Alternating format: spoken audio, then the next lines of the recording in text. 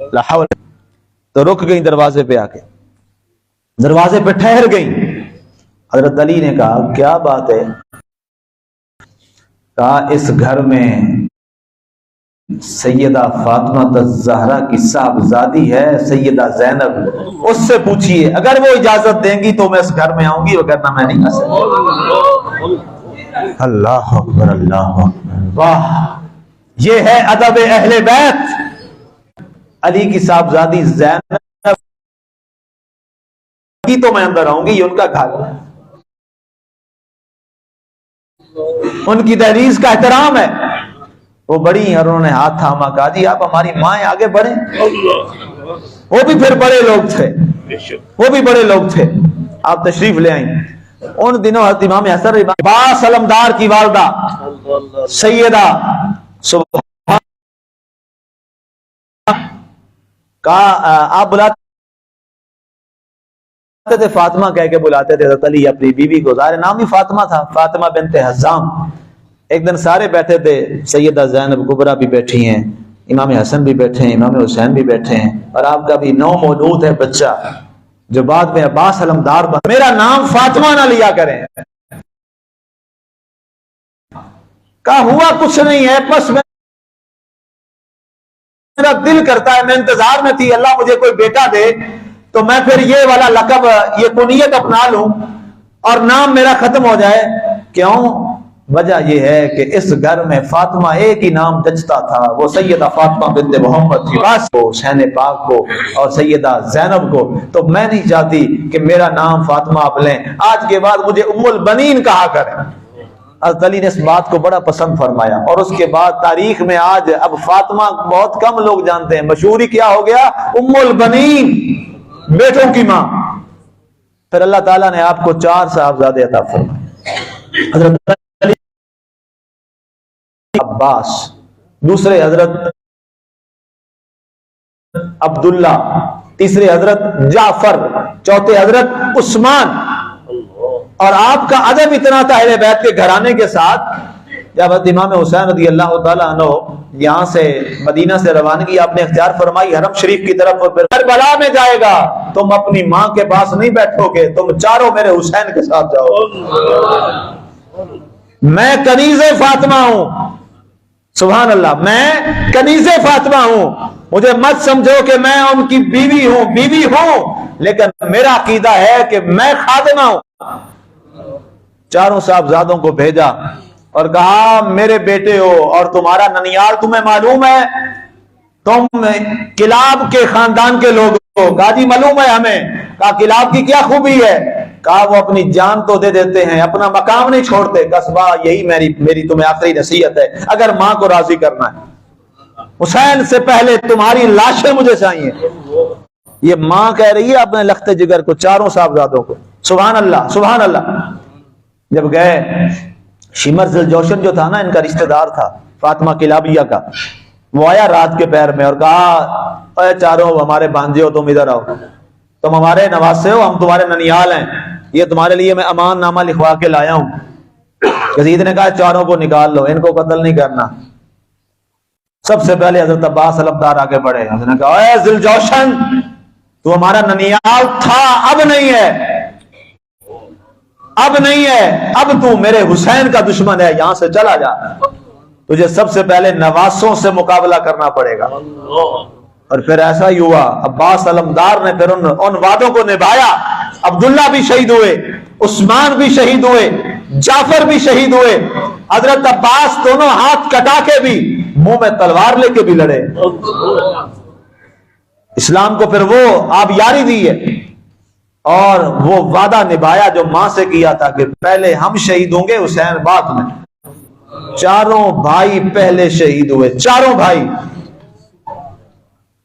اور سبحان اللہ کیا وہ بات ہے، حضرت بشیر جن کو امام زین العابدین سید الساجدین نے بھیجا تھا نا مدینہ میں کہ جاؤ وہاں خبر دے آؤ، وہ بھی ہماری ماں ہیں فاطمہ کلابیہ، ہمارے ابا کی زوجہ ہیں، تو ہم انہیں ماں ہی سمجھتے ہیں، انہیں بتا دو اور تعزیت بھی کر کے آنا کہ ان کے لیے بڑا صدمہ ہے کہ ان کے چاروں جوان بیٹے شہید ہو گئے۔